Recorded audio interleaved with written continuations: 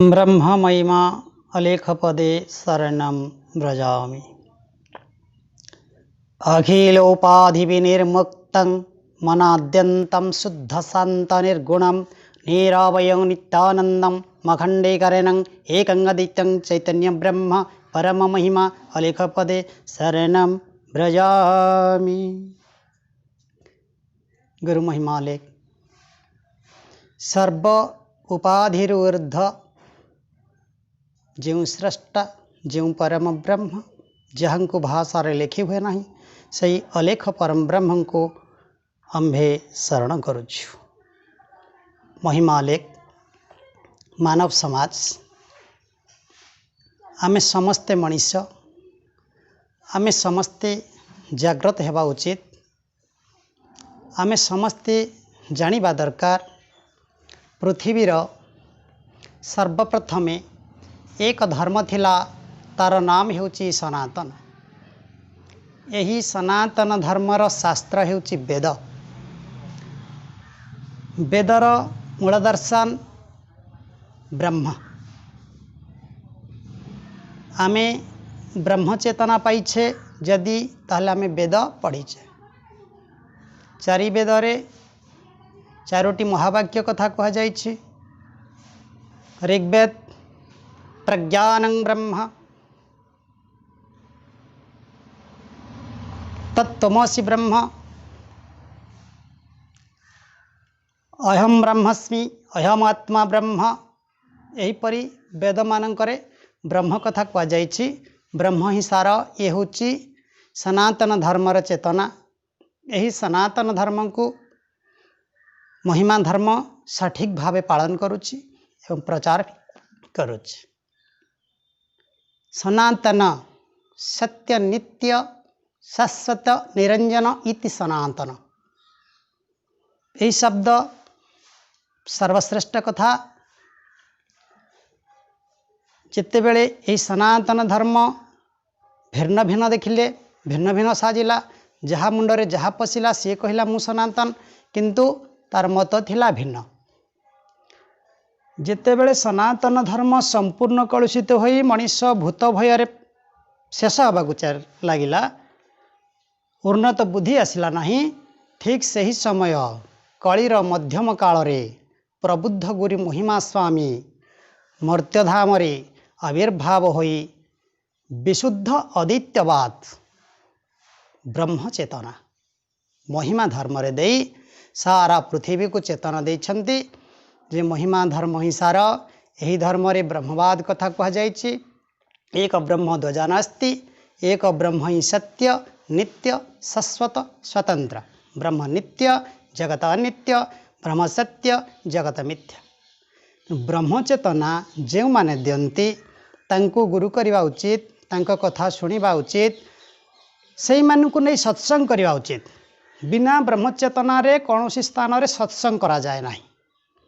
आज देखा मिलूँ हजार हजार गुरु गिनी बाड़े कौन गुरे भजन फजन करी किछि कुआड़े याड़ साड़ू कही से माने सत्संग करुछंती। प्रकृत में सत्शब्दर अर्थ कौन? सत्शब्दर अर्थ हेउची जो पदार्थ जहा ताकू सेया कहिबा ही सत्य।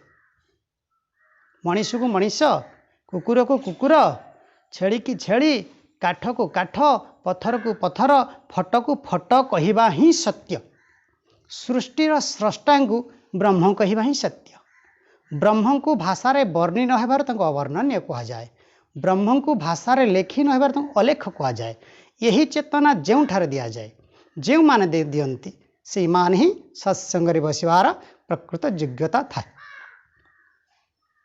आमे जदि सारा विश्व सारा बोली ब्रह्म चेतना कथा लक्ष्य करिबा अनेक जगह बहुत ब्रह्म कथा कहते ब्रह्म ब्रह्म बोली बाई हाई जाती कही कहीका किंतु ब्राह्म्य मुहूर्त उठी स्नान करते ना। ब्रह्म चेतनार प्रथम लक्ष्य तुम्हें ब्रह्म मुहूर्त उठ स्नान कर ब्रह्म को ध्यान कर निजर जहाँ कर्तव्य ताहा ही कर। मानवर प्रथम कर्तव्य आमे प्रातः समय स्नान करवा किंतु किछि लोक रास्ता चलुवे तांको जदि पचार बाबा कुआडे जाऊच ना आमे मॉर्निंग वर्क करुछु मु से मॉर्निंग वार्क कथा कौन बुझीपारे नहीं पचारे मॉर्निंग वार्क कौन मॉर्निंग तो कहले सकाळ वार्क तो कहले काम सकाळ काम कौन रास्तार चलवा किसी लोग कहते बाबा ताल आउ कौन अरे मॉर्निंग तो कहले सकाळ सकाळ काम प्रत्येक दिन सकाळू आम उठा मुख धोइबा दांत घसीबा स्नान करवा स्रष्टा को आराधना करवा तापरे गुरु गुरुजन मान प्रणाम करवा ये हूँ नित्य दिन काम मॉर्निंग वार्क कहले चलवा ये को कथा मु भल भाव भी बुझीपारे ना एमती मनीष इंग्लीश कहती ताको ओडिया व्याख्या करती ना ठीक से किसी शुणती बास तांको बाटर चलती सेमती पूजा विधि जेते करा जाइछि देखिकी करती आज सकाळे दुई जन शिक्षित लोक आसी बसते प्रश्न कली तुम क्यों धर्मर लोक सी सठिक भाव में कहीपर आम क्यों धर्मर लोक आउ जहाँ कहले कहले तार शास्त्र टी कौन कह ना आम जानी ना तुम कहीं मनीष होइछ ना कौन करूँ आम तो जहाँ गोटे करुच कौन करुच ना सकाल उठी पूजा करुच 8टा 9टा बेलू गाधेकरी कौन पूजा करुच से पूजा शब्दर अर्थ कौन कह सी कहले पूजा शब्द आउ कौन एमती तो घंटी बाड़े धूप बुलेवा पूजा आउ भल कथा है घंटी बाड़ी आड़े पूजा कर सेपटे जदि कहीं शाशु कि कहीं पानी टे मागुव कह पूरा पूजा करुच्ची अरे पूजा कौन करुच पूजा शब्दर अर्थ यथा पदार्थ को तथा द्रव्य जोगई देवार नाम हूँ पूजा जदि शाशुंकर पानी दरकार शाशु टे पानी दियो जदि कहीं अतिथि पड़ जाए पानी दियो गोटे वृक्षरे पानी देले वृक्षटी बंचीब आम वृक्षरे गोटे कना गुड़े जदि काठी गेंचवा निआ काठी धूपकाठी गेंचवा वृक्षटा कौन बढ़ीज ये कि ज्ञान कथा ये सबू मनीषंकर भ्रम रजुरे सर्पर भ्रम जमती रास्तार जाऊँ पिचु रोड्रे खरा हो गले ठीक पानी परी देखा जाऊ रास्तार कि से पानी नुह खरार बाष्प से सदृश एमती भ्रम सब लोक मुंडे किसी लोग पानी पानी पानी कि प्रकृति पानी नुह सेमती ये सब कागज फटो पूजा को मनीष कौन ठाकुर ठाकुर ठाकुर से प्रकृति ठाकुर नुह तुम्हें ठाकुर कर ठाकुर आम भितर जे अच्छी आम समस्त जे चलाउछंती तांकु जदि आम आराधना करवा ताले आमको ठाकुर मानुच बोली कहवा ठाकुर कह स्रष्टा कह जहाँ भी कह सृष्टिर स्रष्टा को आम हीन करवा ना उच्च करवा उच्च सब उच्च उच्च लोक को नीच कह जाए कहीं आम स्रष्टा को आम गोटे निर्णय करदे कौन पाई गोटे छोट कंढे सजेदेवा आम अज्ञानता मनीष जितेबाला प्रथम श्रेणी पाठ पढ़े से छवि देखी पाठ पढ़े सेमती छवि देखा पूजा विधि ये हूँ प्राथमिक विद्यालय जदि वेद अध्ययन करुछ वेदर सारतत्व जानुच से हूँ उच्च विद्यालय जितेबाला निर्वेद धारा महिमा धर्म को आसब से महाविद्यालय पाठ पढ़ल बोली जान ना समस्ते गुरु को आज्ञा मानिबा शास्त्र तो अनेक प्रकार श्रुतिश्च बहुमार्गेणम स्मृतिश्च बहु कल्पितम श्रुति स्मृति द्वय मध्य गुरु आज्ञा गरिअछि गुरु मानिबा गुरु करवा काहाकू ना ब्रह्म दीक्षा जेहु दिए सही सीना गुरु ब्रह्म नाम बिना नहीं भवरु निस्तारु हे मानव समाज आमे गुरु करवा जी ब्रह्म दीक्षा दे पारिबे जी ब्रह्म दीक्षा देउछंती जदि ब्रह्म दीक्षा न नेबा ब्रह्मनिष्ठ को गुरु न करवा ब्रह्म दीक्षा छाड़ी जाऊ अन्य मंत्रे भ्रम शत जन्म जाए तांकु दंडु थाई जम आज मनीष एमती पंगु हो जाउछंती रोग बेमार क्रांति हो जाउची कहीं ना आम स्रष्टा को न चिन्ह स्रष्टा को हीन करदे स्रष्टा को जिते आम पंगु करदे आम निजे पंगु सदृश हो जाऊे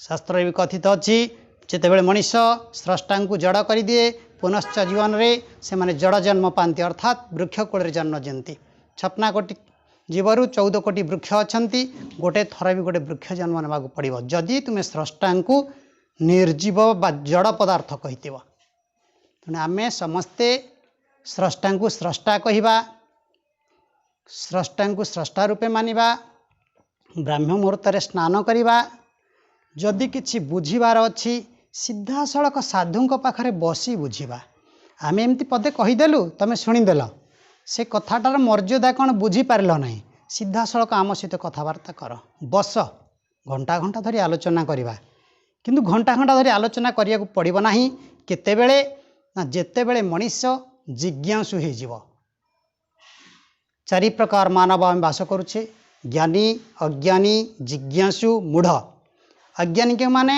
जो माने निर्जीव मूर्ति की ठाकुर कहती ज्ञानी के माने जो माने एक अलेख ब्रह्मरे निष्ठ मूढ़ के माने से जन आईएएस ऑफिसर हो पारती जदि कहती जे मु जहाँ कहूँ ठीक मु जहाँ शुणी ठीक ताल एमान को मूढ़ कह जिज्ञासु क्या कह ना जे स्रष्टा को जाना को इच्छा करती से होचंती जिज्ञासु।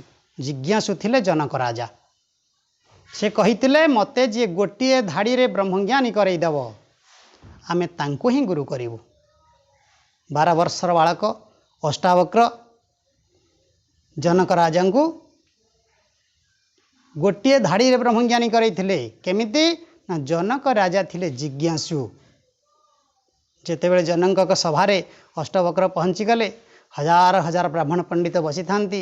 अष्टावक्र शरीर देखि पंडित माने अटहास्य करी हसिले। अष्टावक्र पचारे राजा को राजा साहब ये चमार गुड़ा को ये कहीं बसईच। हठात पंडित मान रागिगले नेंगड़ा मांको टे छुआ आमको चमार कहूँ अरे तोर तो भारी साहस। राजा प्रश्न कले अच्छा तुम तो सहज बालक एत बड़ ब्राह्मण पंडित समाज को एमती चमार बोली कहल कहीं। अष्टावक्र कहले राजा साहब चमार क्या कहती। राजा उत्तर देले जो माने चमड़ा कारबार करती। अष्टावक्र कहले आमे ठीक सही कथा कहूँ एमाने जदि चमार न थांते ताहले ए चमड़ाटा को देखि हसी थाते कहीं। एमाने देखिछंती मो भितर कौन अच्छी एमाने देखी नाहंती सेइथिपई मते देखि हसुचंती। जनक राजा निश्चिंत हो गले ए पिलार भितर निश्चिंत किछि अछि। जनक राजा किछि प्रश्न थिला प्रश्न पचारले यथार्थ उत्तर देदेले अष्टावक्र। तापर जनक राजा कहिले ठीक अच्छे तुम्हें आमको गोटे धाड़ी रे ब्रह्मज्ञानी करई पार। अष्टावक्र तांकर यथार्थ बाणी देइथिले। जनक राजा राजी होई तांको गुरु करथिले। तेणु जो माने जिज्ञासु हेबे से माने गोटे धाड़ी निश्चिंत हो जावा दरकार। एक ब्रह्म ध्वजा नास्ति। जदि एक ब्रह्म सत्य ब्रह्म नित्य ताहले सब बड़े हाथ जोड़ी दियो कह ब्रह्म शरणं ब्रजामि ब्रह्म शरण्यं नमामि केवल ब्रह्मैव शरणं। ब्रह्म जहाँ को भाषा रे वर्णी हुए नाही जहाँ को भाषा रे लेखी हुए नाही सही अलेख ब्रह्म को शरणम। कृष्ण भागवत रे कहिछंती त्रयोदश स्कंद प्रथम अध्याय रे मुहि प्रलय मोर सुखे मिशिबि ब्रह्मर अलेखे। महापुरुष मर्यादा पुरुष कृष्णचंद्र जो अलेख ब्रह्मरे मिशिबा पई इच्छा करती सही अलेख ब्रह्मरे जदि आमे मिशिबा ताले आमे कृष्ण को कथा मानुचे। जदि ब्रह्मचेतना न जानुछे ताले आमे कृष्ण को मानु नाहे। कृष्ण तांको निज मुखरे कहिछंती से ब्रह्मे चित स्थिर जेबे मो रूप न चिंती बुतेबे। आमे कृष्ण को कथा मानिबा। कृष्णचंद्र कहिछंती साधु संग कर नीति लभिब निर्मल भगति। साधु संग नित्यान दरकार। कृष्णचंद्र पुणी कहले साधु जे मोहर जीवन मोठे साधु अधीन। कृष्णचंद्र साधु अधीन अच्छा बोली कहिछंती। कौन करती कहिछंती ना साधु श्रीचरण धूली नित्य मथारे दिए बोली। एते बड़ महापुरुष दैव शक्ति नहीं जन्म होते सी साधु मानकर चरण धूली मथारे बलुले। आम मैने जदि चरण धूली न पाइबा साधु मानकर ताले आमे कि मनुष्य गणना हेबा। समस्ते आस साधु संग कर जेते शास्त्र पढ़ बिना साधु संघरे कहार कार्य सफल हम ना। ये हूँ भागवतर वाणी। साधु संग कर नीति लभिब निर्मल भगति। साधु क्या कहवा ना जे माने गीत भाषा रे जो मानकर कर्म फल आसक्त नहीं से साधु। वेद भाषा रे जे अनित्य को त्याग करी एक नित्य को आराधना करती से होछंती साधु। तो नित्य ही ब्रह्मा अनित्य जहाँ देखुछ ये अनित्य संसार को जे त्याग करी एक नित्य ब्रह्म को आराधना करती तांको साधु कहा जाए। साधु कहिले महिमा धर्म रे ही ब्रह्मनिष्ठ साधु देखा जाती से माने अनित्य को त्याग कर दियंती एक नित्य अलेख ब्रह्म को आराधना करती। ब्रह्म आराधना ही समस्तंकर मार्गदर्शन। अलेख किछ पचार ठीक अच्छे मुझे जानिली तुम्हें किसी बुझुच से पचारे राजी हल ना। तेणु तुमको धन्यवाद। छोट पिला हेले भी आम तरफरु तुमको धन्यवाद दौछु।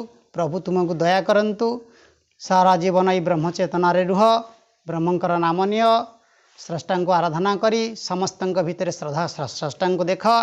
समस्त भितर जदि आम स्रष्टा को देखा, आम भितर जदि प्रथम स्रष्टा को देखा ताले जगत भितर स्रष्टा को देखा। जदि आम भितर आम स्रष्टा को देखुना ताले आम कौन करवा ना गोटे अनित्य वस्तु को जाकि मुंडिया मारी किसी भोगराग देवा।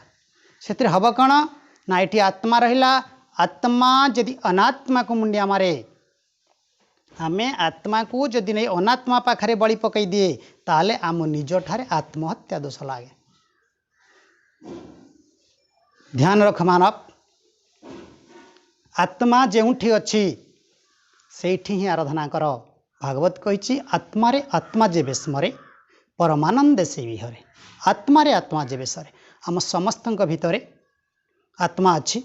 आमे समस्ते समस्तंक मध्यरे मैत्रीता भाव रखिवा ही आत्म मिलन कथा। जदि मैत्रीता भाव नहीं, आमे मूर्ति की मुंडिया मारी कौच आमे ठाकुर सेवा कलु ताहले आत्महत्या दोष निश्चिंत लागिवो। एते बड़ अपराध काहींकी करवा। जदि प्राथमिक श्रेणी हिसाब रे किछि मूर्ति पूजा होउची से हौ, हेले आत्ममैत्री भाव छाड़ नहीं। स्रष्टा को निष्ठ कनिष्ठ कह नहीं, स्रष्टा को स्रष्टा बोली कह। स्रष्टा नाम ऊर्ध उच्च स्वर आराधना कर। एक अलेख ब्रह्म बोली सारा जगत को जन दियो। ब्रह्म ही अलेख, अलेख ही ब्रह्म, ब्रह्म का महिमा अलेख। एक अलेख प्रभु से ही, द्वितीय प्रभु कहीं नहीं। जे पर्यंत अलेख शब्दर अर्थ आम्भे बुझी पारि ना है से पर्यंत धर्म रे आमे आश्रित हो पारिबा नहीं। जे पर्यंत धर्म कण आमे जाणु ना है, आम जीवनी हेउछि गोटे कीट ठारू हीन, पशु पशुठू हीन जो न जानती धर्म। जो माने धर्म जानती तांको जीवन समस्त ऊर्धरे। भूतनाथ नर श्रेष्ठ ज्ञानी ना न चलभ्यते।